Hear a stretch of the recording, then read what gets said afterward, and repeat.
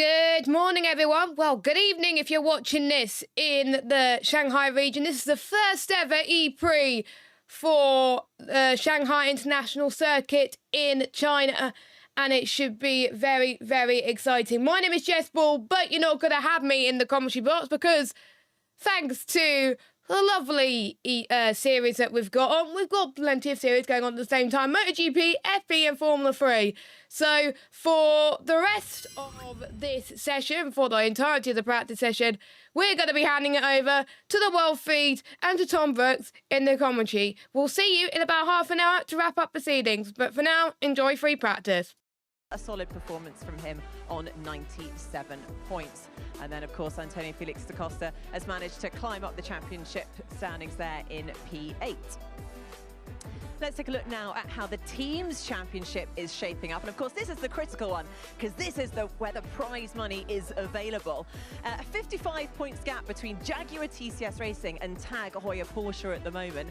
And then Nissan down in third. DS Penske, after seeing Jean-Eric Vergne and Antonio Felix da Costa on the podium in Berlin. And then Andretti with 126 points. So things are shaping up very nicely. The big question is what is going to happen at this weekend, though, because it's a double header, which means double the points, so much at stake, and we're in a brand new location. We might have returned to China, it's where Formula E first started back in 2014, but so many unknowns. No, as you said, a new circuit. I think that's going to be a lot of excitement for everyone up and down this pit lane. Huge challenge. We've got a very unique layout here in China with this incredibly difficult turn one. I think we're going to see a lot of excitement and a bit of a shake-up in the order. And the good news is, as well, we've got our the full registration has resumed. Sam Bird's back, his hand has healed. Fingers crossed, we hope. I think he's done over 150 laps in the sim, so that's always a good sign. And then we've got all the drivers back from the World Endurance Championship. Yeah, Taylor Barnard, of course, did a great job stepping in for Sam Bird, but great to see Sam healthy and back here. Very much looking forward to see if that driver can get another win for Neon McLaren. Yeah, absolutely. I mean, I'm sure it's not nice, is it, when Sam Bird and Jake Hughes see the rookie driver at McLaren do so well in their first weekend in Formula E. Great reminder. Well, great reminder you have to deliver in this championship every weekend. Exactly. Right. Well, FP1 is about to get underway. Let's see what the 22 drivers can do here in Shanghai. Over to commentators Tom Brooks and Billy Munger. Well, thank you very much, Nikki. Looking forward to getting free practice one underway then here in Shanghai. The green flag has flown. We are about ready to get cars out on track for the first time then in this session as they head out onto the brand new Shanghai circuit. I say brand new, of course, in relative terms, 20 years old this circuit, but brand new in terms of Formula E on the calendar. Looking forward to this one, Billy. You actually went and drove the circuit earlier on today. What can you tell us about this track? I mean, like you say, Tom, it's a classic circuit on the Formula 1 calendar, and now Formula E is getting a taste of it. Slightly different layout to what the Formula 1 has. You know, we've got a slightly different end of the lap where you get through 7 and 8, we go off into a tight last sector. But the actual balance of the car and, you know, the challenges the drivers have to face around here, there's lots of undulation, some tight twisty sections, particularly turn 3 and 4, really having to wait on the throttle for that car, really throttle sensitive. Then you go through 7 and 8 here where, you know, the cars have got a bit of weight to them, Tom, so there's a lot of, you know, balancing that as you come through 7 and 8. But it was a real good challenge, and I particularly like the last sector. I think it's going to see a lot of action this weekend. Yeah, you see the drivers, this is making their way through turn 7, turn 8. This is the right-hander. This is where the circuit sort of begins to look a little bit unfamiliar for those who know the Formula 1 layout, because instead of going left here at this curve, you go straight on over this crest, and then we come into the final sector. This run down into the straight, into turns 10, 11 and 12. That completes a lap, and then we go sharp right onto the start-finish straight, and that completes a lap of this Shanghai circuit. 3 kilometres long, so relatively long lap in terms of the Formula E calendar. James, we're expecting this race to be pretty energy important, energy critical, aren't we? Because there's not a lot of heavy braking, there's not a lot of chance for a regen here. There's not. I mean, it's a very different layout to what we're used to in Formula E. You're used to a bit more stop-start. Here it's more about carrying the momentum, really flowing into that first corner and trying not to kill your minimum speed. I think we're going to see some very interesting upsets, I would say, during the weekend as we go through. With some guys are going to get it really right, and some are going to get it really wrong. Attention all teams, this is race control. Full course yellow in 3, 2, 1. Full course yellow, full course yellow. So that's the voice of Scott Elkins, race director here with Formula E, and that's basically just saying to all the teams, full course yellow situation. So they do a test of these in all of the free practice sessions that we do. So all the cars have to slow down to a determined speed, and then once they've done so, we'll get the session sort of back underway. But it's just to make sure all the systems are working, that the cars are being able to be read all the way around by all of the different sort of radios and radars and transponders and so on here, and also making sure that the radios work all the way around the circuit as well. Yeah, the front left, big discrepancy. Understood. So what he's talking about there is a big discrepancy between the brake disc temperatures left and right, and this will affect his braking force. Yeah, challenge to drivers who've got a face out there on circuit. Sebastian Buemi, a driver that sort of, you know, his season hasn't gone that well, Tommy. You know, the Envision team, considering where the Jags are, we would have thought they'd be a bit closer match, but yeah, so far there's a bit of room on the table for improvement for Envision. Yeah, absolutely. I mean, they're down in, what, 8th in the championship standings. I mean, considering they were reigning team champions with Cassidy and Buemi last year, it hasn't been a particularly fortuitous 2024 campaign for them so far. Of course, both drivers missed in the race in Berlin. We had Joel Eriksson and Paul Aaron in the car. Joel actually getting points on the Sunday as well. So opportunity knocks for some of those drivers. Great job interview, but in terms of the results that the regulars have got to bring home this weekend, I mean, the pressure's on. Yeah, the pressure's definitely on, and that's how it should be. You know, Formula E is a really competitive championship, and it's all about delivering week in, week out. So, you know, a double header here in Shanghai presents the opportunity to bounce back and to score some really big points having 2 races.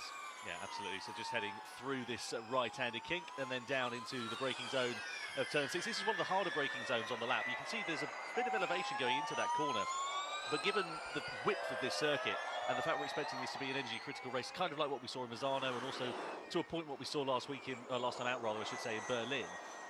That's why we're going to see moves being made, and that's where we're going to see drivers, I imagine, lifting off quite early to try and regen that energy back into the car. Yeah, I think turn 6 would definitely be an opportunity, especially considering the corners before. We have got a yellow flag out on circuit, so yeah, that's down at turn 3. That was what we were just mentioning there, so it'd be interesting to see what's happened down there. It is a long apex corner into that tight left at turn 3. Okay, everybody, we've got car 9, 4. Seems to be exit of turn 4, drivers left. Stop. Obey the flags, please. So that's Pascal Wehrlein that's come to a stop then on the circuit, and that's a second successive free practice 1 session that his car has come to a halt. We've also got an ERT in there as well, so 2 cars that have come a cropper. The red flag sensibly comes out and the session is suspended for the time being. So that's disappointing for both Pascal Wehrlein and for the ERT. Who's that down there? Is it, I'm just trying to work out if that is Tictum or Sete Camera. It's Dan Tictum that's down there as well. So Pascal Wehrlein, Dan Tictum have both come to a stop. So not the start for ERT in their home race. It's amazing how they've come to a stop at pretty much an identical point on the circuit as well. Yeah, it is a puzzling one now. I'm not too sure what's happened here. Looks like we're going to get some sort of replay. So you can see, yeah, Pascal's come to a stop all by himself. Negative, negative. Just wait for instruction, please. And then Tictum joins him in sympathy on the outside of the corner as well. So, well, 2 free practice 1 sessions, and Nick de Vries has come to a stop here. As what on earth is happening in this free practice 1 session? So we've got 3 cars that have stopped on the circuit. It has not been the start to the day for those 3 drivers. In fact, I think they're all stopping on the circuit here, aren't they? Or a lot of them are. Or is that Wehrlein and DaCosta? That's a lot of cars that have stopped. That's the 2 teammates. That's DaCosta and Sete Camera. So are they stopping them as a precaution, do you think, as a result of the other 2 stopping, perhaps? I wonder if there's something going on, believe it or not, magnetically with something in the circuit that's affecting the cars. Right, okay. I don't know. I mean, that's very speculative, but it seems very strange that there's 4 cars stopped on the circuit. Well, yeah, we'll try and work out exactly what's happening then here in this session. At the moment, the red flag is out as the timer counts down.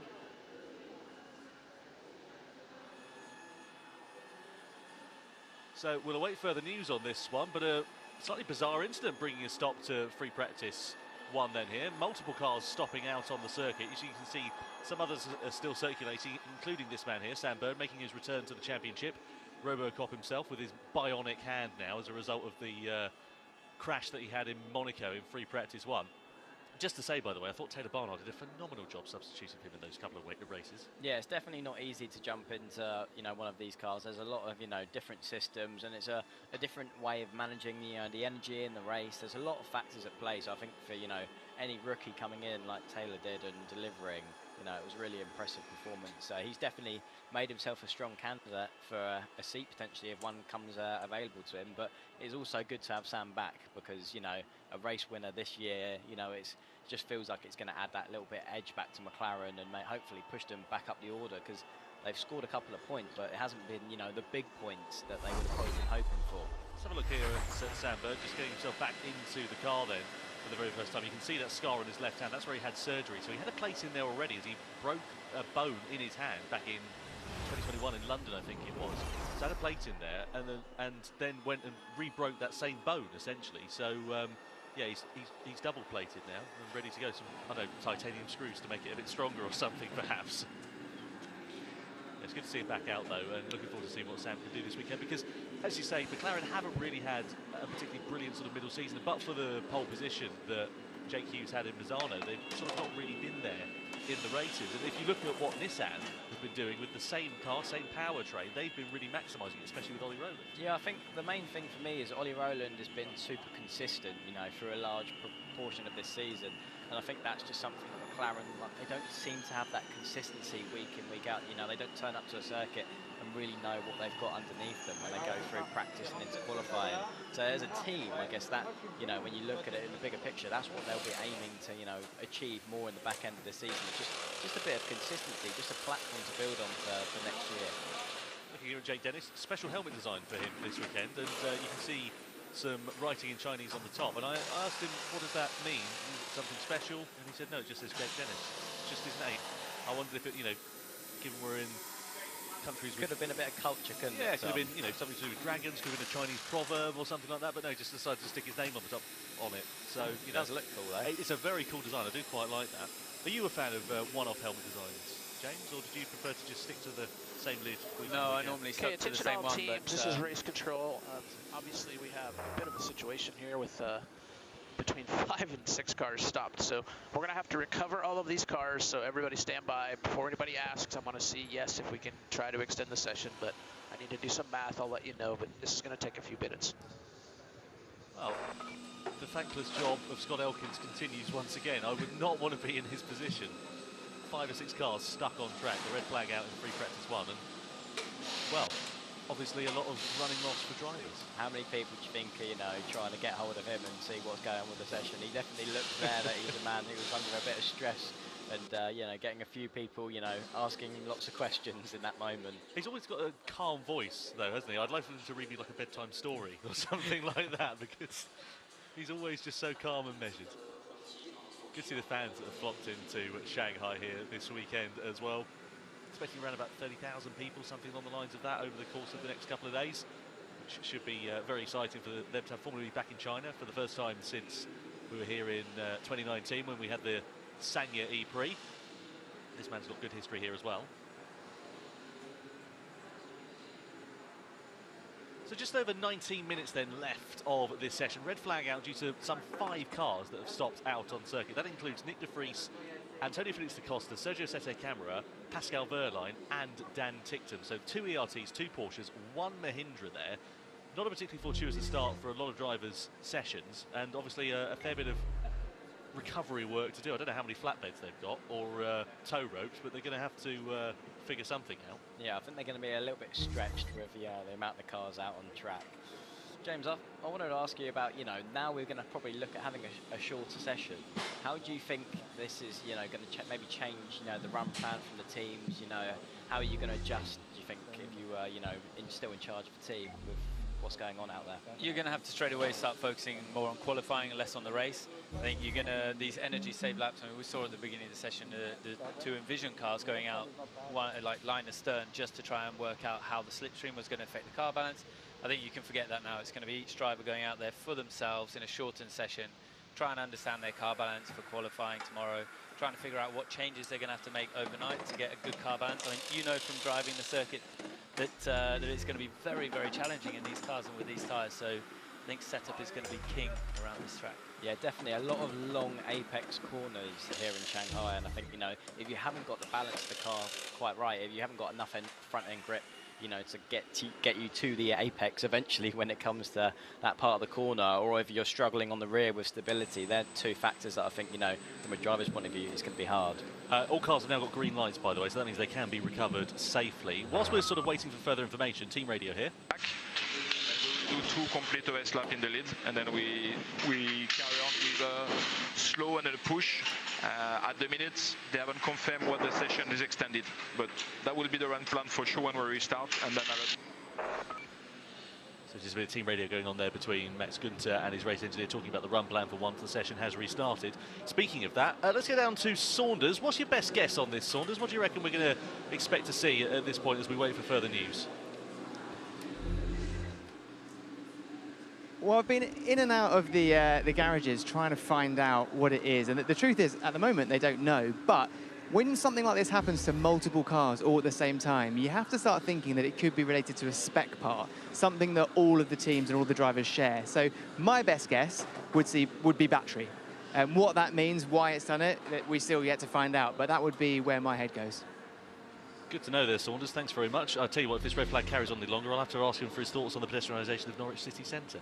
Anyway, James, what do you reckon? Do you think it could be battery related or something else, perhaps? I think it might be something else, because it seems a bit strange that everyone went out, and the first time we've run full power down the first start-finish straight, it all happened, you know, and they all stopped after turn 1, or in Nick de Vries's case, going into turn 1. So all in the same sector of the lap, aren't they? Yeah, there's something that, you know, going full throttle down the start-finish straight has created a complication. As I said, we have no idea right now what it is, so it'd be wrong for us to speculate too much on that. But yeah, hopefully we can get the cars recovered and we get the session underway. But I doubt that the guys who have had the problem are actually going to get back out, which is going to be a nightmare situation for them going into a new racetrack this weekend. Tell you what, your man there is doing some fantastic flag wings. He wants to be careful. I hope he's warmed up. He'll pull a muscle in his shoulder at this rate.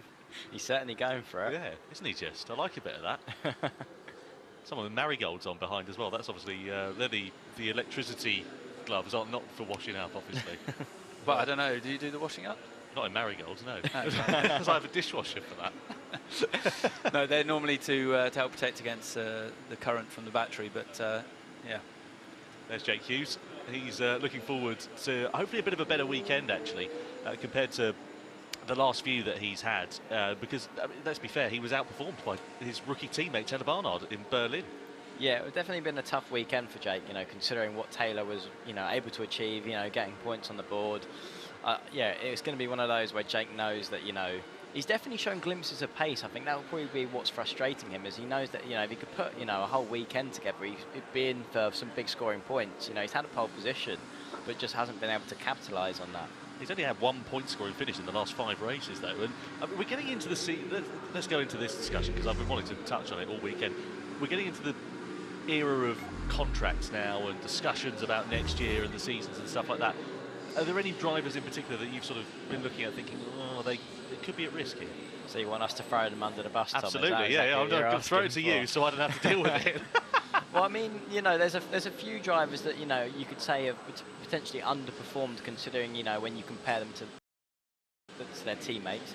Nato, you know, Norman Nato compared to Jake Dennis, I think that is quite a substantial gap, you know, between the two Andrettis, and the same goes for the likes of Sasha Fenestraz.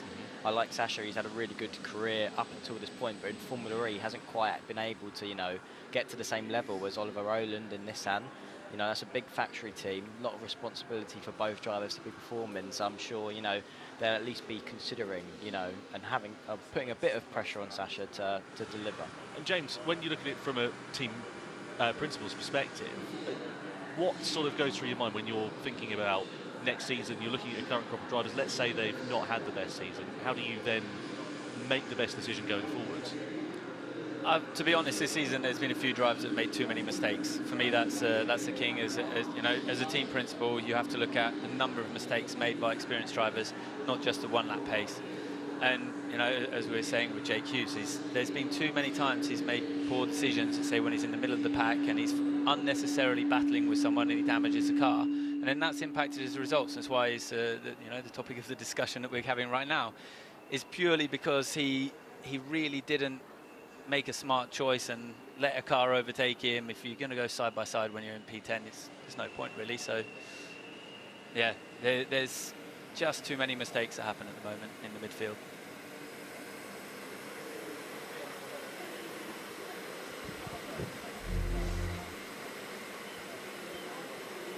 So looking here at Sebastian Buemi inside the Envision garage, again hoping for a stronger weekend. Envision really down in 8th in the team's standings at the moment, and considering where the factory Jaguar team have been, and also considering where Nick Cassidy was with that team last year. When you look at the downturn in performance that they've had through 2024, do you think that that just goes to show how impressive Cassidy was, or do you think that they've maybe lost direction with the driving changes that they've had this year? It feels hard to think that just from swapping one great driver in for another, you know, making one change of driver, that it can make such a substantial difference to the entire team and where they're at. Like Nick Cassidy, obviously, he's proving this year, you know, he's leading the championship, you know, he's doing a stellar job, you know, moving over to Jaguar, but it does seem hard to believe that that team, the fall of that team's all been down to him leaving. So I think there's more to it than that. I think, you know, Envision, you know, in general need to look at, you know, some of the stuff they're doing internally in terms of, you know, operating as a team, trying to, you know, make those marginal gains in other places and get the car set up in the right place. And I think we'll see there's more performance there than what we're seeing so far. What do you reckon, James? Well, I know that they changed a couple of the engineers as well. And I think that, yeah, as Billy said, you know, you can't put it down to one person in a team for the overall results of the season. And it's difficult when you win a championship to then start taking 5th places, 6th places. And maybe it's what they need to start doing and build some momentum and get back in the game. Yeah, they certainly do need a stronger second half of the season, and obviously it's going to be, I reckon, a relatively unpredictable couple of rounds, in particular here in Shanghai. Also in Portland, we're expecting those sort of pack-style races that we have where energy management is going to be critical, and there's a good opportunity there. And you know, you look at Sebastian Buemi, he's one of the most experienced drivers in Formula E, but for some reason, Gen 3 in particular, it's just not clicked for him, is it? It doesn't seem that way. I mean, you also looked, you know, the app team and Degrassi, who's again another super experienced driver in Formula E. He's, you know, won a lot of races, you know, won a championship. And Nico Muller, his teammate, is outperforming him, and he's fairly new to Formula E, you know, in comparison. So it does seem like, you know, Gen 3, and as these cars are, you know, improving on a regular basis as we're getting through, you know, the different gen of cars, that the experience doesn't count for so much anymore in Formula E. Yeah, you can see there, Oliver Rowland, only 2 races out of the last 5 that he's been off of the podium. It's been incredibly impressive for him, and one of those, he was on course for victory. If it wasn't for a miscalculation with Nissan on the final lap, he ran out of energy, didn't he, and in Misano, and ended up out of the race. So he's really been able to maximise the potential, and considering the fact that he was in a Mahindra in 2023, left that team in less than harmonious circumstances, split with them halfway through, and you know, I wonder whether we would see him back in Formula E again. He jumped back into the Nissan this year, a team that he's pretty familiar with, and he's absolutely shone. Yeah, he's been in great form this season. This info, brakes were very cold, and there was quite a bit of a split left to right, left being colder.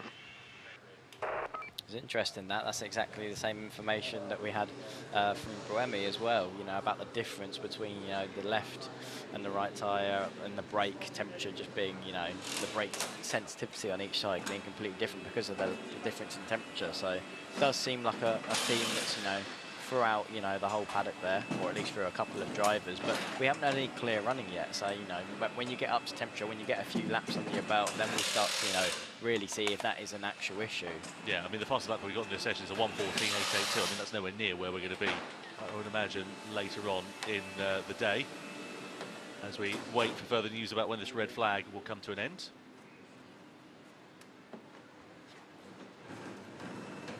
So just looking here then at Jake Dennis inside the box. What goes through your mind from a team principal and you know, just a team management perspective at this point, James? What are you doing when you've got a lull in proceedings like this that's so unexpected and it's affected your run plan? Well, you're usually very well prepared. All the engineers know what to do in these sorts of situations. You adjust your run plan accordingly. The only thing that we don't know, that's a bit of a gamble at the moment, is how much time Scott Elkins is going to add back on, and also how long it's going to take for these guys to get the cars back. But let's go on board with Nick Cassidy. Billy, do you want to talk us around? Yeah, so he's approaching, turn 1 here.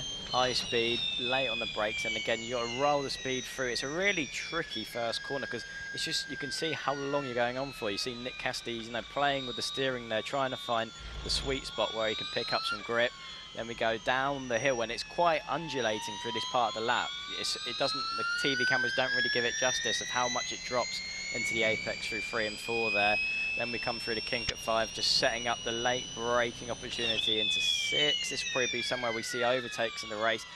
Tiny bit deep, but managing to get close to the apex, and you can see how wide this circuit is. I think it is, something that you touched on earlier, Tom, about, with these type of cars, with Formula E cars, we're used to tight, narrow street circuits. But the drivers, there's a few corners where there's a few different line opportunities. So I think we'll see, a few drivers really messing around with that with the short amount of laps we're going to get at the end of FP1. And then coming into the difference from, how this circuit operates with Formula 1, the last sector, really tight. You can use all the inside curbs. There's a barrier that's been placed on the entry there with the last corner. So you can see Nick having to, leave a little bit of room to that. But neat and tidy lap so far. Still, I think a lot of time to come from the drivers out there.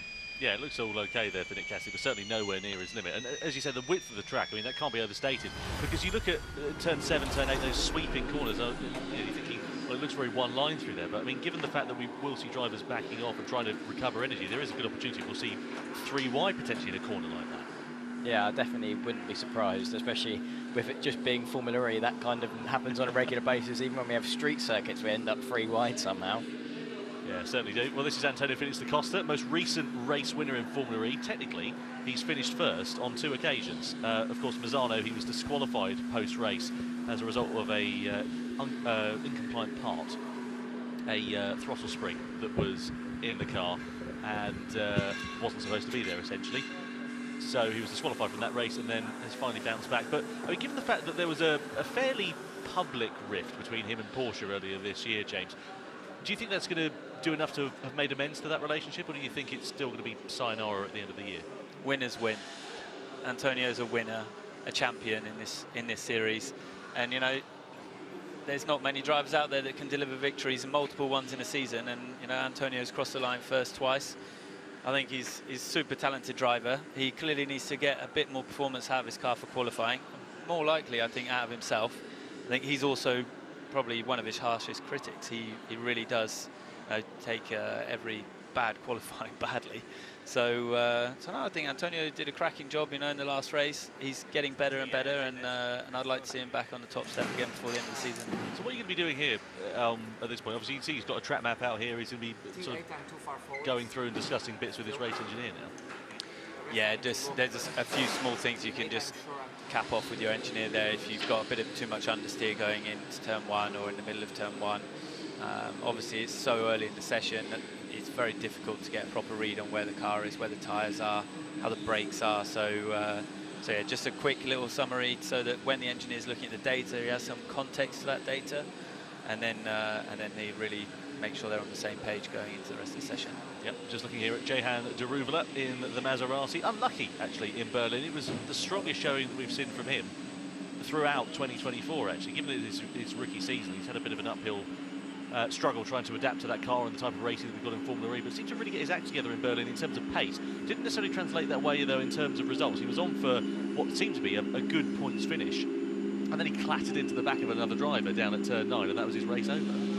Yeah, I mean, as I said, it seems to be if you lose the front wing in this championship, which too many drivers are doing at the moment in the mid-pack, your day's over. And if Jehan can keep a clean race this weekend, there's no reason why we can't see him well into the points. He's clearly got the speed. He's been doing a good job. So yeah, hopefully he can deliver some more points finishes before the season's over.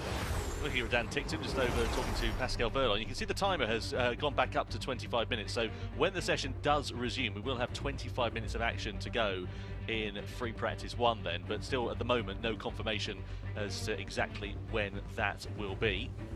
Looking inside the Mahindra garage, this is of Nick de Vries earlier on in the session before the drivers went out onto the track. One thing we should mention, actually, temperature. It is hot this weekend, about 30 degrees out there at the moment. Yeah. And what's that going to mean in terms of racing conditions and batteries, for example? One moment. Just for your reference, the wind is quite strong. It's a tailwind into turn 1. So, anyway, going back to that, and you know, temperatures and so on, because if we look back to Sao Paulo, we saw batteries derating. You know, they were losing their efficiency over the course of the race because they just couldn't keep them cool enough. Are we likely to see that here, do you think? Yeah, I mean, luckily right now the temperatures have dropped quite a lot from where we were at midday today. It was scorching hot.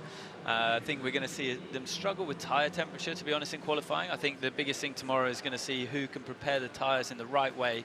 I think you're going to get one shot to do a great qualifying lap, because to cool the tyres down is going to be a big challenge. So that's going to be interesting. And then, as you touched on, in the race, it's going to be interesting to see who can control the temperature of their powertrains, their batteries. If that does start to become an issue, obviously if you're slipstreaming in the pack, that also can be compounded because you don't get as much clean air through the car, through the brakes, everything like that. So we're going to see a lot of strategy going on in the race tomorrow. Looking here at Jake Dennis inside the Andretti garage, you can see his and his teammates' race results. Natto's obviously a little bit worse in terms of podium finishes and so on compared to Jake Dennis. Dennis, last season, the outlier for him was the fact that he was on the podium. He was consistent over the course of the year, and that's what won him the championship. This year, it's been a bit less so. It seems like Andretti have struggled to get on top of that car, and he's really struggled with feeling on the brakes. That's been his main complaint on the radio this season. But do you think he's still in with a shout? I'll tell you what, actually, let's go down to Saunders, who's in pit lane, and catch up with team principal for Andretti, Roger Griffiths, and see what he makes of Jake Dennis's season and the rest of the Andretti team and their prospects for this weekend. Thanks, Tom. Yeah, before we talk about this weekend ahead and Jake and Norman's chances, just to get your insight on what you think might have happened so far. Yeah, I mean, right now we have to look at what has changed between our last time we ran in Berlin and coming out here, and given that the problem appears to affect multiple cars up and down the paddock, different manufacturers, we have to look at what are the common parts on the car, and it appears that all of the cars have stopped with some kind of battery or RES issue. So we do know that there was a software update between Berlin and coming here. When we arrived here, the WOE engineers were updating the cars. So I suspect that something's gone astray in that software update, or maybe there's a bug in it. So I think they're going through, trying to ascertain what truly happened, and perhaps the solution would be to roll back to the last known version of software, which was what everybody ran successfully in Berlin. I mean, obviously it's frustrating for all of us because we've just got going and then we all had to stop. And you know, I know that there's everybody's super keen to get FP1 in this afternoon. We do have a bit of a daylight issue coming because I think sunset's around 20 to 7. Really depends on how quickly that they can ascertain what the real problem is, so we don't compromise the batteries that are in the car with, you know, some other issue. And then how quickly can they get up and down the pit lane to reprogram 22 cars. So if you see people running with laptops, then that's probably what's happening. But it's safe to say that whatever problem has affected the Porsches, for example, hasn't affected you as the customer team? I mean, it hasn't affected us yet. Nothing to say if we'd gone out one more lap, we wouldn't have all stopped out on the track. I think it's a case of a bit of luck. I mean, we were one of the few cars that actually completed a push lap. It didn't affect us, but it could be right on the cusp of tripping over, and then you've got 22 cars stationary out on the track, and we all look a bit silly. And just finally, looking ahead now, what do you think of the chances of, let's say, Jake? Because qualifying were massively improved in Berlin. This is a fast circuit. It is sort of the energy-thirsty circuit that Jake seems to do well in. Yeah, I mean, you know, he loves this track. I mean, he's driven many, many laps around here on the simulator. I think it's his first time out on the real thing. Coming out of Berlin, he felt he left a little bit on the table, came away from it with a lot of confidence with pole position. So I think he's hungry for some good points here, and we certainly as a team are. So looking forward to it. Well, hopefully you can get out on track soon. Thank you. Thanks, Roger. Yeah, thanks, Roger. Thanks to Saunders as well. So Saunders there was pretty spot on. Battery-related issue. I'll have to ask him for the lottery numbers. It's a double rollover next week. So what does that mean then in terms of, because we, you know, if we get free practice one back underway, we've got 5 drivers that are potentially going to be missing out here, James. So what it sounds like from Roger's just description of the issue is that when you go that first time down that long start-finish straight at high power, you're drawing maximum current and load from the battery, from the res, and it looks like that's what's triggered the issues. as you're saying, some of the guys went out, did energy save laps, so therefore you're not putting the same load through the res, and it seems like all of those ones that just went full throttle down the start-finish straight had the issue. Quite lucky that the session was stopped really, and that people can dig into the situation a bit more and figure out if it is a software update that's needed, or if, as Roger touched on, you maybe go back to the previous version that's been tried and tested, approved. Well, we'll see what happens. Whilst we're waiting for news as to when we're going to get Free Practice 1 back underway here in Shanghai, Billy has managed to dive out to the E-pad, and he is with Radzi. Let's have a look and see what they're getting up to down in the pit lane. Thank you very much, Tom. And yes, indeed, because the driver's loss is our game, because Billy not only is a driving expert when it comes to knowing what goes on upstairs, but actually in terms of driving. You got to drive the Gen 3 car earlier on. I did indeed, Radzi. I did not think we'd be going through my lap, though. Go on, son. You know, it's not the finest. With a fine-tooth comb.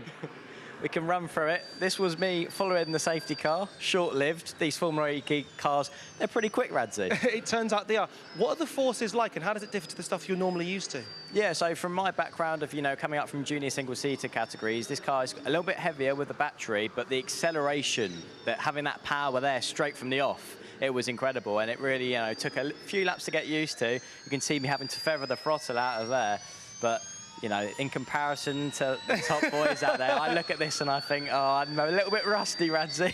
Okay, so as a driver, obviously you'd love to do lap after lap. You'd love to sim this before you jump in the car and off you go. What was it like with that racing driver's mentality? Well, you get stuck on with, stuck into things. You know, I was coming through here 7 and 8. This is a really, you know, cool part of the lap, high speed. You know, it's a long apex corner. Like, you think you're going to get to the apex, and then you have to wait and keep waiting and keep waiting. So it's a challenge for the drivers. And then this is the part of the lap where, you know, this is completely different, obviously, for this weekend for Formula E. I quite like this last little sector. It's really tight and narrow. You know, you've got the apex curbs on the inside, which, you know, I obviously forgot about the first one there at 10. Missed that one completely. And then coming through the last corner onto the main straight, yeah, having to fight the wheel a little bit. You know, not my finest work, but I really enjoyed it out there, and it's a challenge for the drivers, which is the main thing. The big thing you notice, by the way, undulations with that camera there, you can really see how much it goes up and down. Yeah, you don't really get you get a bit of a sense for it, but actually, you know, being out there, you really realise, especially going down into turn 3 and 4, it really just dives away from you, the road, and I think we could see a few drivers maybe, you know, some errors creeping into their driving, maybe a lock-up. But I think there's the one thing I took away from, you know, doing the lap earlier, I think there's plenty of overtaking opportunity. So I think when it comes to race, I think it'll be exciting. Question about the torque, because obviously compared to petrol engines, it's off the charts with electric. How does that feel when you are coming out of corners and it feels straight on you? The power was there straight away, so it's easy to, you know, go for a bit too much throttle and end up, you know, pointing sideways. So from a driver's point of view, a challenge. You have to be really careful with how you apply the throttle, but it's a good challenge to have. These cars I was surprised it was so fast. I really enjoyed it. Like I said, I'm a little bit rusty, but I'll let the boys out on track, you know, stick to it, and I'll stick to telling them how well they're doing. You've been kind to yourself, and rightfully so, and that is a microcosm of what the drivers have experienced. It's their first time anyone has gone out there in terms of a Formula E car, and once we get things underway, it's going to be a special weekend of racing. Yeah, cheers, Radzi. Looking forward to that. Good possibility that we could, well, see Billy out in a Formula E car for season 11. Who knows? Night's still young. Anyway, let's get down to Saunders, who's in the pit lane. He's catching up with the man who did stop on the circuit, Dan Tickton. Dan, so unfortunately, you know, not the best way you want to start a weekend. Can you give us any context as to what might have happened? Honestly, it's speculation at the moment until I see in about 5 minutes' time what the data said. But there's, I think, 5 or 6 cars stopped after turn 1 with a sort of brake going to the floor. So it's hey, all right, calm down. So I don't know. I think it's some kind of WAE issue. So it's happening with other cars. I think other cars had it, but it wasn't critical to the point where they stopped. So I don't know. They're going to have to figure out what the issue is. They've been told to move still, mate. But obviously, if we've got braking issues or the car's not stopping, then it's dangerous. So they need to figure out what the issue is. And also, in my opinion, if 6, 8 drivers can't take part in this session, then that, you know, that's ridiculous as well. So they need to figure out what the problem is, try and reset something, and I don't know, some kind of software change, and allow us all to go out safely. So yeah, I don't know. We'll see. So you had those changes in Berlin, you're ready to hit the ground running here, and you don't get to run. So no. How much does that impact a race weekend? Well, yeah, first braking zone, and it all went to crap. So yeah, well, look, we'll find out how bad the issues are. Like I said, if I was the only one having them, I'd be a bit more concerned, you know, for my race weekend. But look, yeah, I mean, it's not ideal if I can't take part in this session, and they obviously allow others to. So, but yeah, I'll just have to do the best I can. Hopefully a quick fix so you can get back out soon. Hopefully, mate. Thanks, Dan. Sorry. Well, good to hear there from Dan Teaton. Sorry for some of the language that he brought there, a little bit fruity for this time of day. But anyway, we understand that it is a software-related problem. They're going to do a quick update on the cars, plug it all in, and then it should take about 5 minutes or so, and we will hopefully be able to get this session back underway, James. Yeah, I mean, it sounds like a very strange problem that Dan's alluding to with the brake pedals going to the floor. I think that's the control software that WAE have actually integrates with the whole car system from the brake-by-wire. So, yeah, it seems like a strange issue. I'm sure that their engineers are going to do their best to come up with a solution on the software, and I think, yeah, they're going to have to go back to the previous version. My big concern is whether we get any running really at the moment. Yeah, well, we can see the drivers that are in the pit lane and in the garages at the moment talking to the team, so they're still waiting for news, as are we here. As you can see, 25 minutes left on the countdown clock as it stands, and the 5 drivers that came to a stop all now back in the garages, including this man here, Nick de Vries. He came to a stop on the outside of turn 1 and turn 2. One of the few regular drivers that has not scored points so far this year. He really needs a strong weekend to try and turn it around, because this man, his teammate, Edo Mortara, obviously stuck it on pole position and got Mahindra's first points in a race this year. Yeah, he's had, you know, a few occasions, Eduardo Mortara, where, you know, we thought he could score some big points. You know, in qualifying he's put in a few stellar performances, so yeah, there's definitely, you know, in race trim, Mahindra as a team at the minute aren't quite where they would want to be, and Nick hasn't quite delivered across a whole weekend yet, so, you know, it's definitely in there in terms of his own performance. I mean, he's a previous champion in Formula E, you know, to sum it up for you, you know, if you're watching Formula E for the first time. So it just goes to show how competitive the field is. You know, you have a few years out. Obviously, Nick's gone on to be in Formula One, and it's a, you know, a different driving style and different championship. As we finally get news, just as we're alluding to that, about when we will be back underway, Tom. Good news there. 17:48. So where are we looking at? Okay, That's team, about... this is race control. Hopefully you guys have seen the message now. We're going to restart the session at 48, and we will have 25 minutes left in the session. 25 minutes because we ran for 5 minutes, so that's the full 30. Thanks. So there we are. Just before 10 to 6, we'll get the session underway. I just had a quick look, actually, to see when sunset was, because I know Roger Griffiths was saying in the interview about daylight. We've got an hour until daylight begins to go down. So we'll get the session in, hopefully, providing there are no further issues, we'll get that session run before the light begins to go. Otherwise, I don't know what it would be, torches on the halo or something like that, perhaps. Yeah, it wouldn't be a conventional way of doing things, put it that way. Well, now the teams have all got to, of course, do those software updates and just check through all the systems, make sure that everything is all okay. From a driver's perspective, when your session gets disrupted like this, Billy, is it sort of distracting, or do you just have to put it to one side and get on with it? I mean, when you arrive at a circuit, the amount of prep these guys will have done, you know, they'll be in such a good window. They've done so many laps in the simulator that I feel like, you know, a 20, 30-minute delay isn't going to be enough to take them out of that window. They might have to, you know, slightly tweak the run plans depending on where they're at. Obviously, we've had 5 minutes of the session, hence why there's only going to be 25 minutes when we get underway again. So again, that might just affect things by a lap or two. But in terms of from the driver's job, what they're actually dealing with out there, I don't think much will change. No, absolutely not. Well, 25 minutes of the session will run when we get this back underway. That's in about 7 minutes or so's time. Before we do that, and as we see drivers now getting back into the car, let's head down to Nikki, who is with James. Thanks very much, Tom. Yeah, well, as we've got a little bit of time to spare, shall we have a catch-up? We obviously started off talking about the championship standings earlier, before the session started. I want to go a little bit further and talk about the battle, really, that is shaping up between Nick Cassidy and Pascal Wehrlein, because they've kind of been trading places at the top of the championship over the course of the season so far. They're the only 2 drivers to have scored 2 wins, and yet Pascal Wehrlein, other than his 2 wins, has not been on the podium. Nick Cassidy, 7 podiums. Unbelievable. consistency wins, and you know, we saw it from Nick last season as well. He's incredibly good at pulling out podiums and just being there all the time. I think if Pascal can find a little bit more consistency, as you quite rightly put it, and take those podiums, if he has a third place up for grabs, he doesn't need to win all the races. So. Well, we can see here a lovely little head-to-head here. So obviously Nick Cassidy, championship leader at the moment, Verline just behind, 16 points behind. Interestingly, their match there on the laps led this season, 52 laps each. But as we mentioned, you know, Nick Cassidy won last time, well, the first race in Berlin, and Pascal, it was 3 races ago. Ultimately, there, they look relatively evenly matched, but actually on track at the moment, I feel like Nick Cassidy is really in the swing of things. And do you get that as a driver? I mean, he just felt like he really controlled the race in Berlin, and even in fact in Monaco as well. You know, he was a runner-up to his teammate Mitch Evans, but he very much supported his teammate, and it felt like he had the power there. Does that put his mindset in the right place, which is kind of everything when it comes to sport, doesn't it? It's much more about where your head's at rather than maybe where the car's at. No, he's a huge team player. I mean, what he's been doing to support Mitch as well this season, we see him making the moves in Monaco, allowing Mitch through, doing all these things for the team, for the greater good.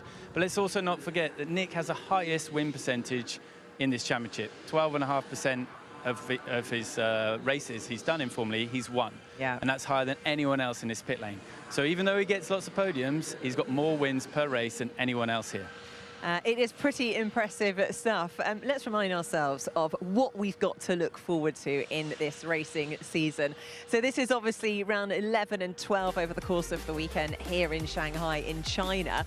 But then look at that.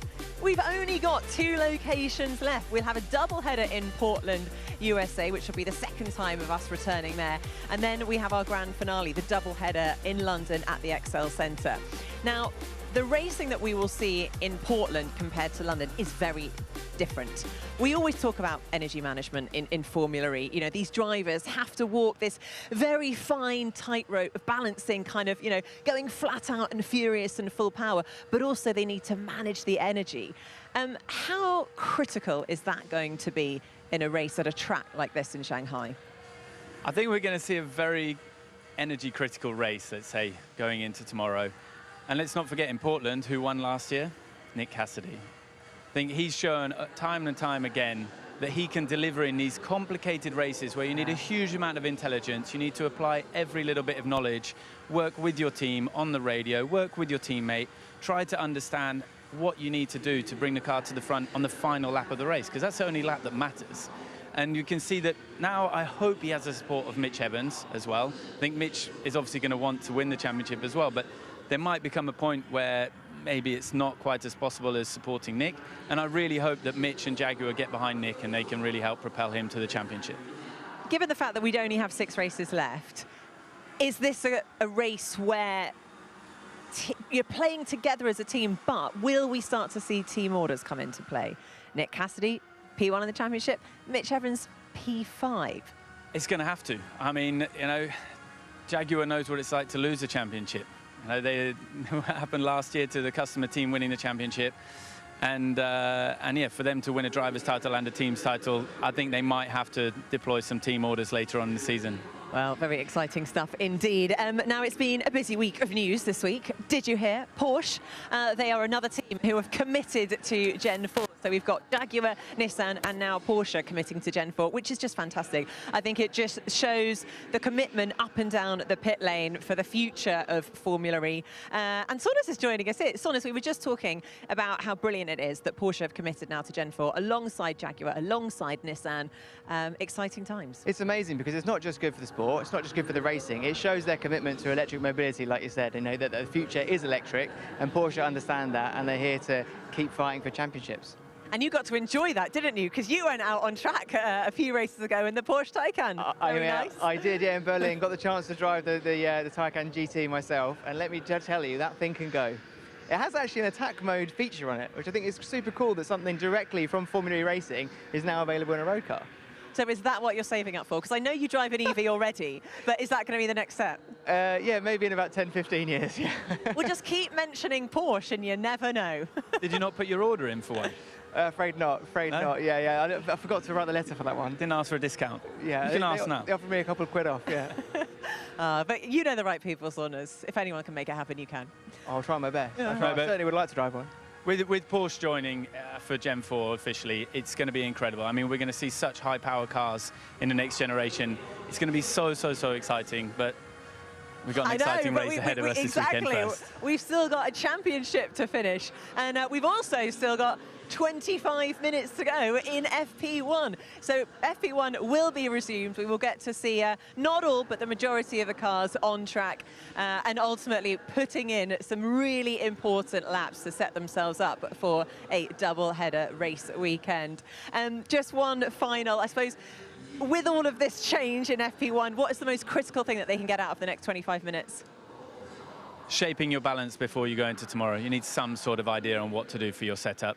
And some glorious photos in the golden light for golden hour. Oh, golden hours. Does that mean we need to get our sunglasses on? Right, okay. We will send you off to commentary, James. Thank you very much. And over now to Tom Brooks and Billy Wanger for the rest of FP1. Yep, thank you very much indeed, Nikki. The green flag is flying, and finally, after a very lengthy delay, we get free practice 1 back underway here in Shanghai. 5 cars stopping out on the circuit, bringing out that red flag. Software-related issues, so having to go through, check all the systems with all of the cars. The team's getting them back out onto the track for the remainder of this session, including Pascal Wehrlein. You've got Nick de Vries out there as well. So there is a good possibility we'll see all of the 20 cars that should be, or 22 cars rather, that should be out on track for this session here, Billy. We'll actually be able to get some decent running in. Yeah, they'll be hoping that, you know, they all get the chance to do some running and get their balance in the right place, like James was touching on there, ahead of qualifying and an important day tomorrow. Having a double header this weekend means, you know, there's a lot of points on offer, and you won't want to miss out on any running that would put you on the back foot. Yep, so drivers now heading out onto the circuit. That is Sasha Fenestras just making his way onto the circuit. That was Ollie Rowland, I beg your pardon. Closely followed by Nick de Vries. Then you've got the 2 apt Cupras as well. Nico Müller leading out Lucas de Grassi. Of course, no Nico Müller a couple of weeks ago in Berlin. But now we finally do get cars out on track once again after, what was that, a 50-minute or so delay.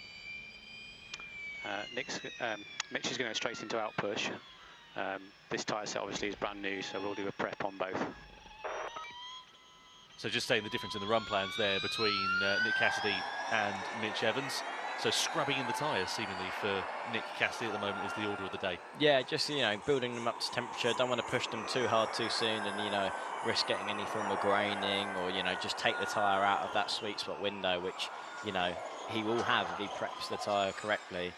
So it's worth taking the time just to spend that extra lap. Whilst Mick, you know, is obviously on a worn set, he can get straight into things, and he'll be wanting to, you know, get some push laps on the board. And this is an interesting part of the lap now. Coming down into turn 6, you can see he was really trying to open out turn 5, the kink there, to make sure his braking for turn 6 was nice and straight. That was something that I noticed when I went around the circuit earlier, was, you know, a different option for the drivers to do. Obviously, again, a wide part of the circuit, but 7 and 8, really long apex corners, high speed as well. Important just to get the balance right. Don't want to be, you know, fighting the car too much. And as I say that, there's a little bit of a correction there for Mitch. Potentially, you know, not quite found the right window on the first push lap around Shanghai. Then we go into the last sector, super tight. You can see them just using all the curbs, you know, and some more, Tom. Yeah, clattering the car over the curves, making it through that final corner. Turn 12, and across the timeline there for Mitch Evans, goes to the top of the pile with a 1:14.8. Those times are going to tumble as the session carries on. That is Nick Cassidy's race engineer, Phil Ingram. And he'll be in for another strong weekend for Cassidy. He's one of only 2 drivers who's won more than 1 race this year. 8 different race winners we've had in Formula E in 2024. Not quite as many as we had a few years ago. I think the maximum is 11 winners in one season, but there's a good opportunity. We've got a double yellow down at turn 10, by the way, that's just come up on our timing screen, and also a yellow down at turn 6 as well, so that's coming into the hairpin, but that's now cleared and the track is all under green conditions. As we look here at Norman Nato harrying his way through, this is going to be a particularly interesting point actually as well. Traffic, especially when we go into the group stages of qualifying. James, how are the drivers going to manage that? Because if we look at Berlin, for example, in qualifying in particular, the group stages, we saw it looking like Piccadilly Circus at rush hour. I think, given the fact it's a bit wider here, we probably won't see the same, but there is still opportunity for some drivers' laps to be spoiled. Yeah, I think getting offline if you're not on a push lap is going to be really important, not to create a mess for the others. But then having said that, this is Formula E, and you've got to be out there for yourself. So we might see the odd person driving a little bit too slowly close to the line, and just to unsettle the other drivers around them. But should be wide enough to not have too much of an issue. Yeah, you see them clattering over those curbs then through that final sector. As we come across the timeline then for Norman Nato. Personal best lap time for him, 0.4 of a second adrift though of Nick Cassidy at the moment. Of course, lap time's not really relevant at this early stage in free practice. As we look at Roger Griffiths, new pair of readers for him this weekend. Not used to seeing him wearing glasses. That's normally a James Barkley-esque trait. Do you ever wear glasses when you were in your team principal days, James? No, but I could start in here. Maybe it would help. That's a good point. I'd probably need it, given the misidentifications I make sometimes with the comms box.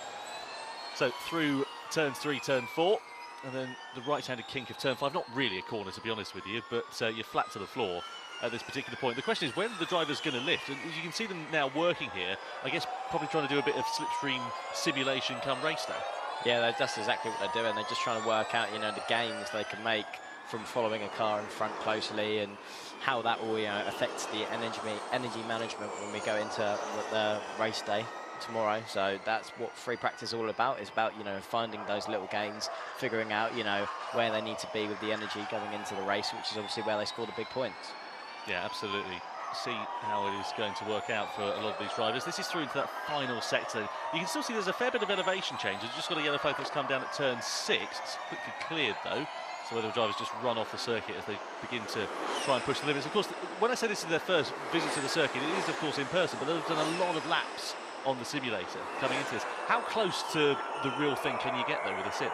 It is very, very close. The big difference is you don't get the slipstream effect. You don't get, I mean, you can theoretically do it, but the big thing that we can see Jake following there is he's probably trying to figure out how much front wing, how much downforce he's going to lose whilst he's following in these high-speed corners, because we don't normally have high-speed long corners in Formula E. So it's a bit unique in that respect here, and really you need a good front end, and if you don't have that, I think people are going to struggle this weekend. Yeah, just looking at Antonio Felix da Costa as he makes his way through up into 4th quick. As you didn't see Nick Cassidy there, he's on a full power lap at the moment. So if you're new to Formula E, first of all, welcome. It's great to have you, and thank you so much for joining us, and especially sticking with us over this delayed free practice 1 session. But the cars have 300 kilowatts of power available under normal conditions. So that's during free practice, during the group stages of qualifying, and for the most part during the race as well. But they can go into something called attack mode. So it goes up to 350 kilowatts. So that's a longer loop they do on the outside of one of the corners, gives them an extra 50 kilowatts of power. And also you'll see that in the dual stages of qualifying. So we up the power from 300 to 350. But the converse problem with that is that though you've got more power underneath your right foot, you have to actually adjust your driving style, because you've got to brake earlier coming into corners because you're carrying that much more speed.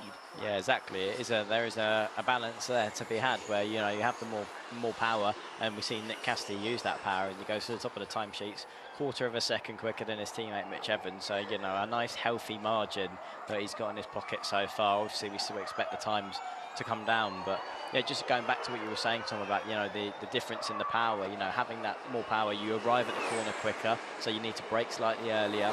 Then also because you're potentially braking and generating more force with the brakes, that can change how the regen works and all these different factors. So it does change the driving style, and it's something the drivers need to be on top of, because qualifying it could be quite important here. Yeah.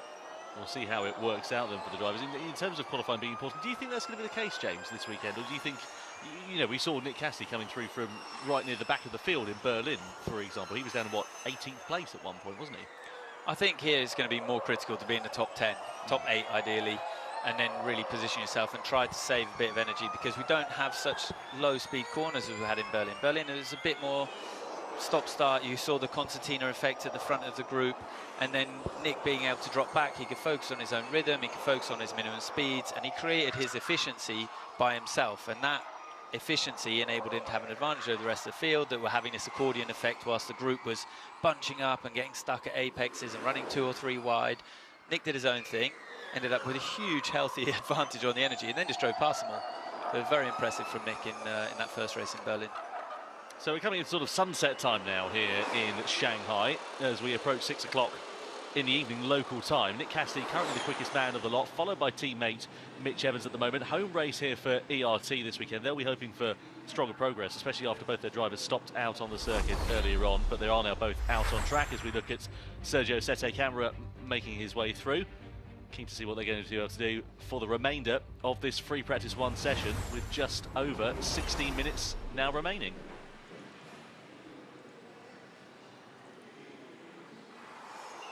Looking here at the McLaren then, Jake Hughes and Sam Bird, of course, behind the wheel of that car this weekend. This is Jake Hughes, who's out on track. Only 1 point score in the last 5 races for Jake. He needs to bounce back with a vengeance here this weekend. McLaren need a strong weekend in general, really, considering what their Nissan-powered counterparts have been doing so far in 2024. As you look at him making his way through, you can see the constant corrections of the steering wheel just coming through these sweeping corners.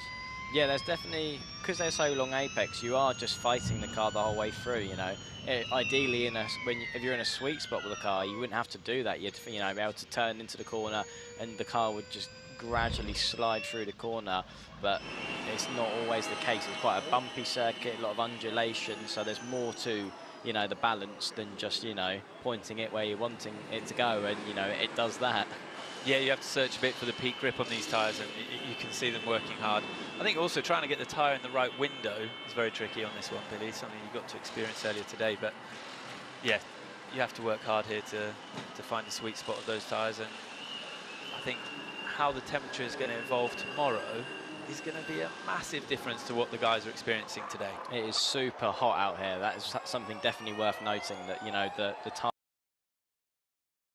tyres, a lot of, you know, oversteer creeping into the balance of the car because the tyres are having to work so hard through these long apex corners. Well, you know, you've been stuck in a pizza oven after you came out of the Gen 3 Thanks, car Tom. earlier on. No worries. You see Sasha Fenestras just making his way over the curbs here down at turn 6. Keen to see what Fenestras can do this weekend. As we say, needs to have a strong weekend. Got a double yellow down at turn 10 that's quickly cleared.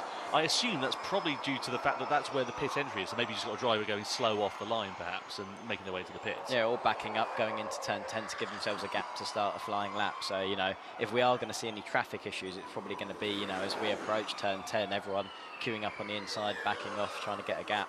Well, the one advantage to the delay here is that obviously the photographers will be very happy who are trackside because they're getting lovely golden hour shots, as James alluded to earlier on.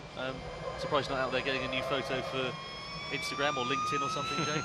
No, I don't have that anymore. No? I think Saunders might. I saw him going around with the camera. He might be out there. That sounds about right. Sounds about right, yeah. Standing in front of the Taycan trying to get a discount. Ollie Rowland then makes his way back into the pit lane. Driver's eye view for Rowland. Currently seeing 4th quickest in this session at the moment. Here is your championship leader, Nick Cassidy.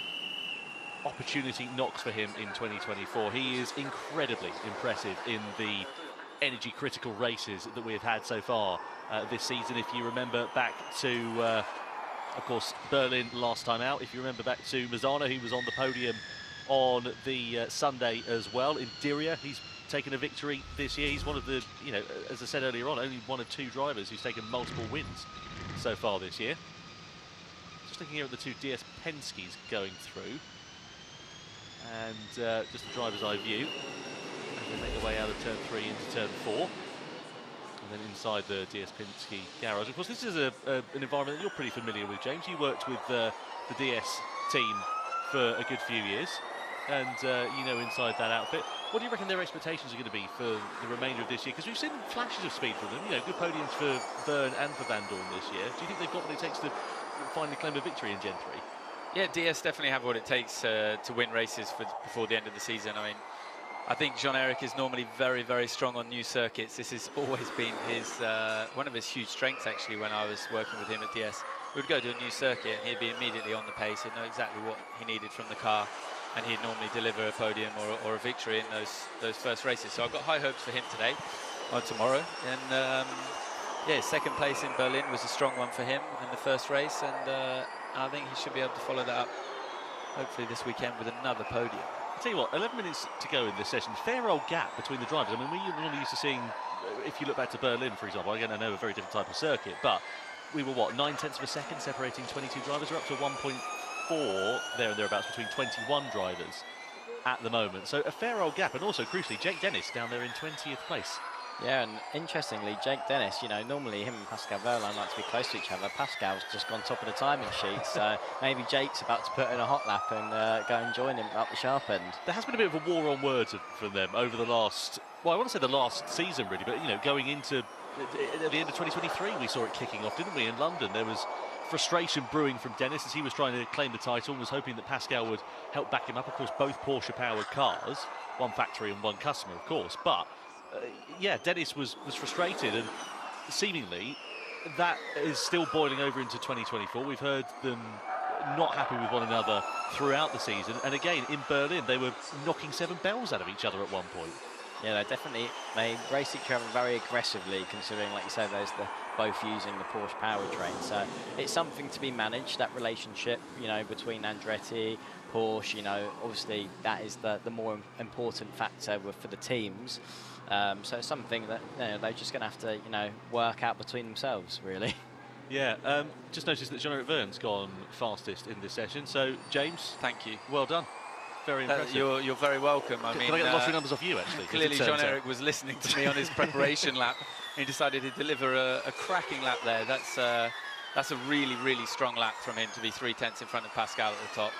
I mean, shows that he's definitely going to be in the hunt this weekend for a trophy. And just going back to that thought process between Wehrlein and Dennis, at this critical stage of the season, you've still got both drivers very much in contention in the championship. Wehrlein second on 124 points. Dennis is fourth on 102 points. Plenty left to play for in the remaining 6 races of the year. But how would you be managing it? You know, do you think you should be getting them both in the room and saying, look, you've got to sort your differences out and get on with the job, because, you know, both, they want to try and maximise it for Porsche? Well, look, they're in a fight with Mr. Consistency here, Nick Cassidy, who's just reeling off podium after podium. If they fight with each other, they're definitely going to lose to him. So someone needs to pull them to one side, have a strong word with them, make sure that they start working together.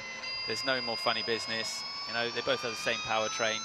And I really hope they can both show a high level of maturity, really, and put what's happened behind them, both of them, because it's irrelevant now, and get on with this championship in a nice way.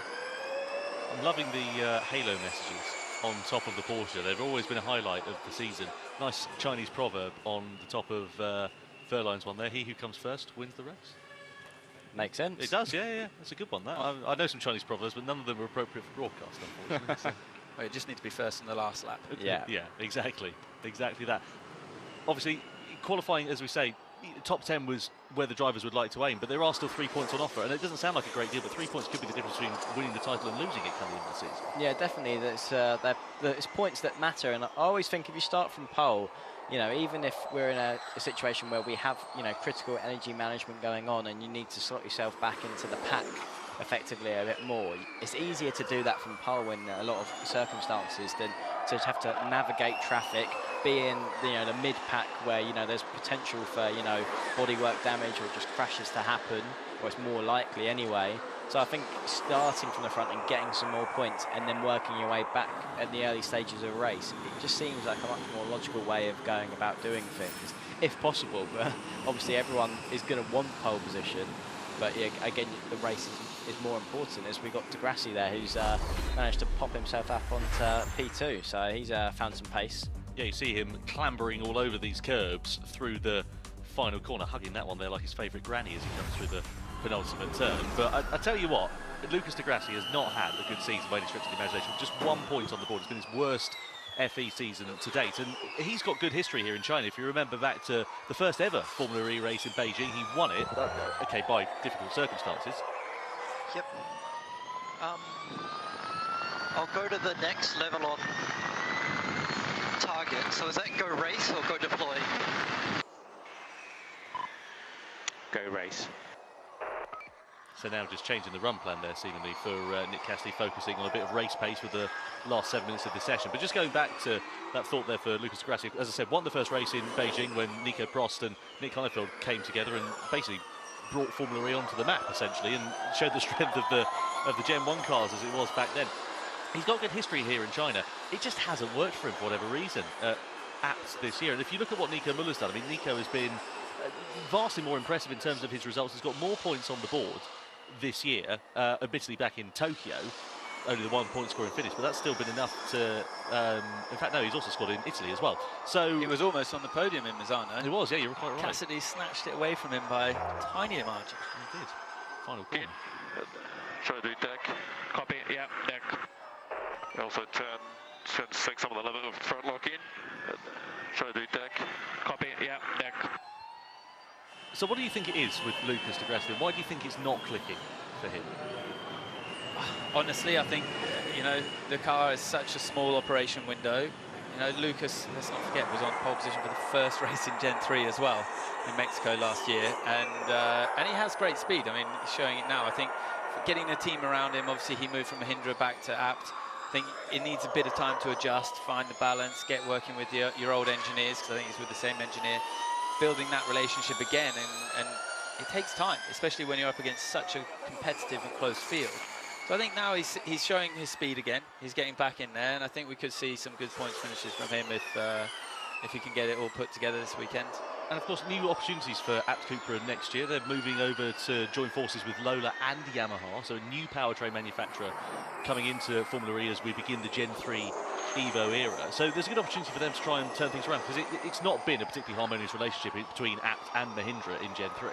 Yeah, no, I think it's it's had its moments, hasn't it, in terms of that relationship. So I think it's more, you know, sometimes you just need, you know, a bit of fresh beginnings and new start, new people to work with in order to, you know, bring yourself back to the forefront of the championship. And I think that's potentially the relationship that, you know, bringing Lola and Yamaha back into the mix could give, you know, Abt. So, you know, big progression to be made there, I think. And Lucas de Grassi and Nico Müller, I think if they get things right, I think that is a driver pairing that could be really strong. It just feels like this year where, like James was saying, where the window is just not quite, you know, as big as the other teams. It feels like their mistakes are highlighted more, or those bad weekends are, you know, made to feel even worse, because when things don't go right, it goes badly wrong.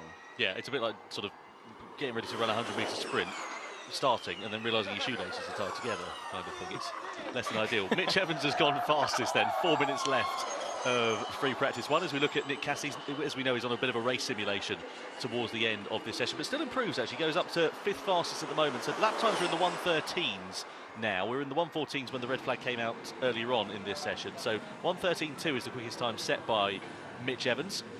Cassidy, his teammate, sitting in now 6th fastest as Robin Freint has improved up to 3rd quickest in the division. So good start to the session then for Jaguar as we look at Cassidy coming through those final couple of corners. A fair bit of dust being kicked up. I have to say, it is quite dusty offline, this circuit as well. Yeah, I noticed earlier out on the track it did feel a little bit dusty offline, and that last corner, I don't think that's necessarily dust. I think he's more dragging the grass from the inside of the curb up onto the circuit. He's really, you know, playing with the margins he's got there. Yep, the Flymo-powered Jaguar making his way through as he does a bit of grass cutting for the Shanghai International Circuit. I tell you what, I'm really looking forward to racing here actually, and especially as well just the vastness of this circuit. It is just ginormous in every sense of the word. You walk through, and as we look at Jake Hughes making a bit of a mess of turn 6 as he runs on. You mentioned earlier, Tom, how, you know, turn 5 is not really a corner, but it's a kink, and it does set up the braking zone for turn 6, and it looked like there that he still had a bit of combined G potentially in the car as he initially hit the brakes, and that seemed to unsettle it. He got the inside front locking up, and then he had to come out of the brakes and run wide. So that is, I guess, the main point around turn 5. It's not a real corner, but if you get a bit lazy with it and if you don't make sure the car's nice and straight for the braking, it can still catch you out. And given obviously the difference in temperature that we've seen, let's have another look at Hughes here, just we'll come back to that in a moment. So come down into turn 6, snatches the inside front, straight off. Big lock at turn 6, just cold front, I think.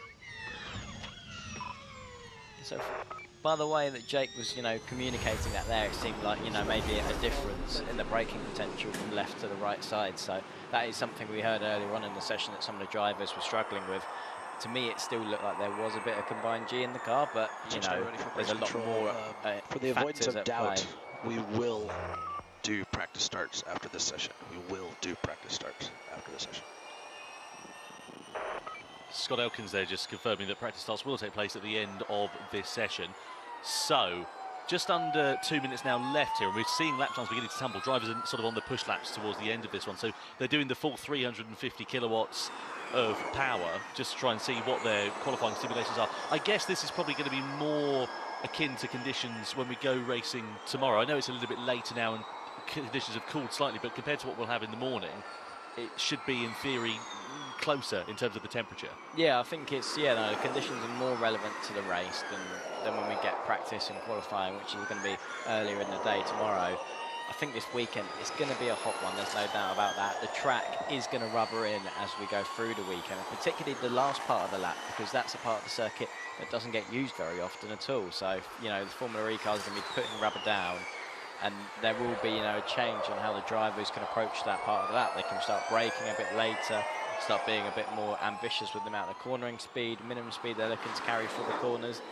And I think it's a nice challenge to have. Sometimes, you know, you come into these weekends and you feel like the teams are almost too prepared, where, you know, it's all kind of, they know what the setup is, you know, they know exactly where they need to position the car, and it's all just about actually delivering that one lap. Where here it feels like there's more questions in the air, you know, for the teams and drivers to answer. And a few cars backing up in the final part of that. Luckily no one's on a flyer, because that could have got a bit interesting otherwise. Well, they were. Stoffel van Dorp was. He said his lap absolutely ruined here by these cars, all slowing themselves down through these final couple of corners. Van Dorp was personal best in that second sector, and as a result of, what, 5 or 6 cars that slowed down in the final couple of corners, his lap time went for a Burton, I'm afraid to say. Rowland does manage to improve. He keeps out of all the chaos and goes up to third quickest as the checkered flag comes out. So it's Mitch Evans then who is currently quickest of the lot, followed by Jean-Eric Vergne. Lap times now begin to come in as De Vries goes 9th quickest at the end of this session. So good start for him inside the top 10, but a lot of drivers now on their final flyers. Da Costa improves up to 4th place as well. Freund stays 5th fastest at the end of FP1. So it's pretty even Stevens actually between the different powertrain manufacturers at this point. There's no real standout ones. You've got a Jaguar followed by a DS, followed by a Nissan, a Porsche and an ERT. And as I say that, then we get a Nissan improving up to 3rd quickest with the McLaren of Jake Hughes. Sandberg goes up into 14th place there as well, as he comes to take the checkered flag. Max Günther goes into 13th. Tricky start of the day then for Maserati, with Jehan Daruvala down in 21st place, but he is on a personal best lap time here so far. Hasn't gone particularly fast in that second sector though, as it stands. What about Edo Mortara? He goes just up to 17th quickest. Nato 2nd fastest. What about teammate Jake Dennis? He's down in 22nd and last place as it stands now. He's making his way through the final couple of corners as he goes over the curb at the final turn. Does he improve as he comes to the line? Only 14th fastest. Once again, not a particularly fortuitous start to the weekend for Jake Dennis, especially considering where his teammate is. Yeah, exactly, yes. He's got a bit of work to do, but it's interesting how, as that session develops, the field's really come together. Less than 6 tenths per second separating the entire field. So that is back to, you know, normal Formula E fashion, where the cars are, you know, separated by fine margins. So I think that kind of suggests how close qualifying could be tomorrow. 25. Copy. We have enough to do a launch, so we'll go and do a launch. Everyone is on checkered flag, cooling down. Still P1, end of session, 1/4 of a 10. 25 thousandths of a second, that is, separating Mitch Evans and Norman Nato at the top of the order. Jean-Eric Vergne in 3rd place as well, so I think he'll be pretty pleased with that as the practice starts now begin here in Shanghai. As we look here at Max Günther, but an interesting first free practice session as we look at Günther just making his way over the curbs and knocking our camera off its perch. Thanks for that. Sending the invoice in the post. Well, free practice 1 then does come to a conclusion. Mitch Evans in the Jaguar is fastest from Norman Nato in the Andretti.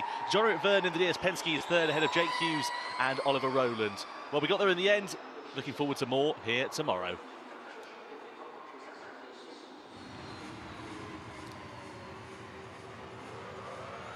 Well, that was an incredibly close FP1. I mean, 3 tenths splitting the top 16 drivers. That's going to be one of the closest sessions we've ever had in Formula E. I wasn't expecting that coming into this weekend, and certainly, you know, watching the session evolve, I was not expecting it to be that close. It's incredible when they all went for that push lap right at the end. So tight. Sets us up for a very close event this weekend. Now, cast your memory back to 25 minutes ago when we were talking about how strong Nick Cassidy was doing. Well, it's his teammate Mitch Evans that is quickest of the session. We weren't expecting that. Well, yes, but Nick was quickest every push lap he did in the beginning of the session, and then I noticed he very quickly switched his focus to his race running. He tried different energy levels. I think Nick was confident with his car at the beginning of the session. I think he really felt that he could, you know, deploy a bit more time onto focusing on his race runs, his efficiency, how his car balance was going to evolve. I think he focused maybe a bit more on that than on his one-lap pace. That's quite interesting, because actually if you do look at the drivers, each of them, they were kind of split apart from their teammate. You know, often in a session, we see teammates side by side in terms of the timings, but these guys, they were all slightly apart. It was, well, slightly apart. I mean, if you were 3/10 off, you were P14. So, I mean, we could see that Norman Nato was right at the sharp end and Jake Dennis was struggling. There was, I think, 2/10 difference between them. So, yeah, some of them just getting their lap together and the others not. Okay, well, let's go down to two gents that know a thing or two about strategy and battery. They are the brawn and the brains of the Formulary paddock. It's Razzie and Saunders. Yes, Nikki, thank you very much for that introduction, by the way. And as you'd probably expect, featuring very heavily that on the protagonists, the Jaguar, the Andretti, the Porsches. But Saunders, what about the underdogs? What about Dan Tickton, the man with the strongest chest in all of the paddock? What about ERT? What about Mahindra? Could they feature this weekend? Well, in short, yes, absolutely Good. yes. And not just talking about FP1, we're talking about history, we're talking about races like Mazzano, probably the closest thing to connect to a race like we're going to have this weekend, or races like this weekend.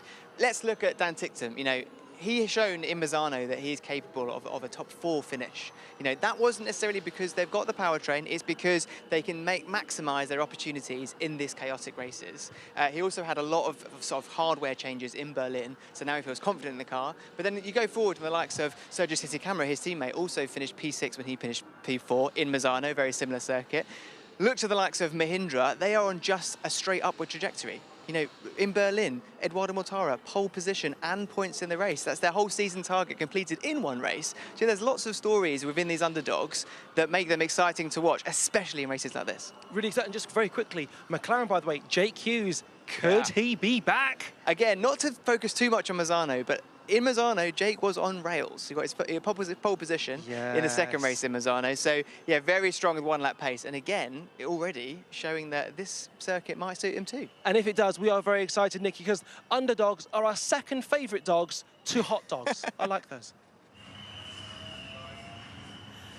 Absolutely love it. Thank you so much, guys, for that brilliant insight there.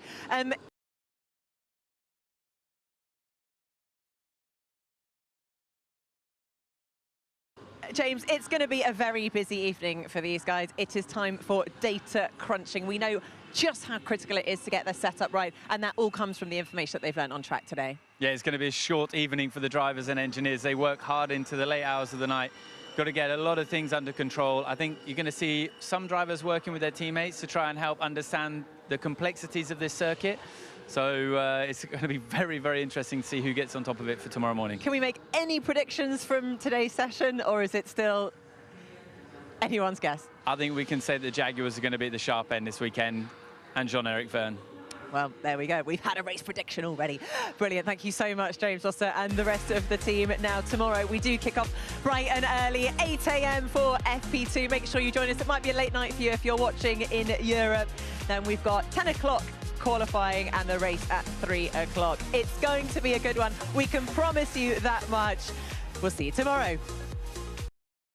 Yes, indeed. We will see them tomorrow. Before we head off, we will go through the classifications for the free practice session. So it's Mitch Evans finished free practice 1 on pole position, Nato in second, Jean-Eric Vergne in third, Jake Hughes in fourth, Ollie Rowland in fifth, Antonio da Costa in sixth, Dan Tickton in seventh. Great free practice session for him. And we've got Robin Bryant in 8th, Pascal Wehrlein in 9th, Lucas di Grassi in 10th. And we've got Nick Cassidy in 11th, Nico Muller in 12th, Maximilian Gunther in 13th, Jay Dennis in 14th, Nick de Vries 15th, Sam Byrne in 16th, Sam Van Dorn. You can tell it's going to be a long day. Stoffel Van Dorn in 17th, Montara in 18th, Sebastian Remy in 19th, Drubala 20th, Sasha Van der Straat in 21st, and Sergio Sisicamera in 22nd place. So your next Formula E action will be tomorrow at 5 to 1 in the morning. So if you're up for that, Josh B will be taking you through the action. And then at 3:20, we got qualifying for the first E-Prix of the weekend, followed by the race at 8 o'clock with Josh B and Ed Hunter taking you through that one. Our next action on JB Motorsports, we got free practice 1 at 12:15 with Josh B and Omi taking you through the comms for that one. At 2 o'clock, we've got MotoGP practice, which will decide the qualifying order for tomorrow. That will be on JB Motorsports 2. So we got F2 Monaco qualifying at the same time on at 2:10. 4 o'clock will be F1 Monaco free practice 2.